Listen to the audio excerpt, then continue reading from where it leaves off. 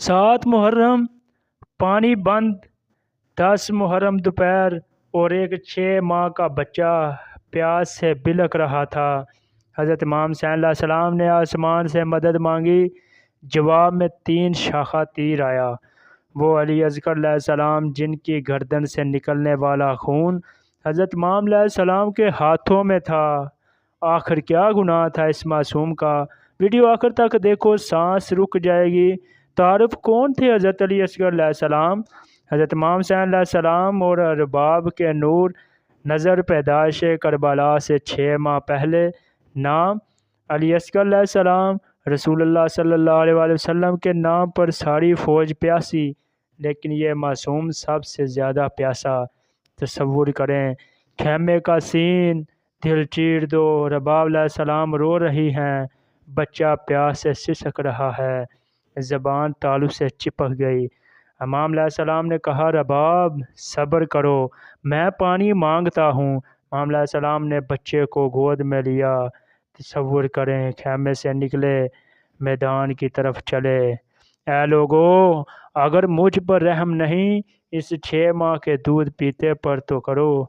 میدان اور پانی کی درخواست۔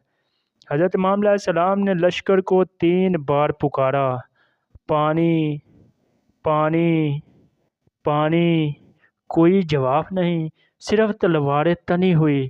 امام نے بچے کو اوپر اٹھایا، سورج کی طرف منہ کیا۔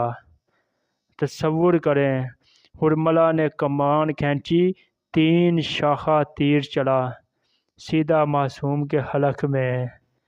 تصور کریں خون کا فوارہ امام کے ہاتھوں پر۔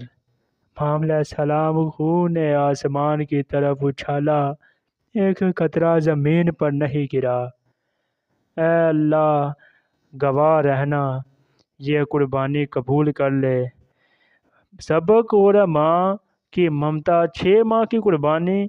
آج 6 ماہ کے بچے کی ضد پوری نہ ہو تو رونا۔ رباب علیہ السلام کا صبر ہماری مائیں سیکھیں۔ حضرت علی اصغر علیہ السلام ہر مظلوم بچے کی علامت۔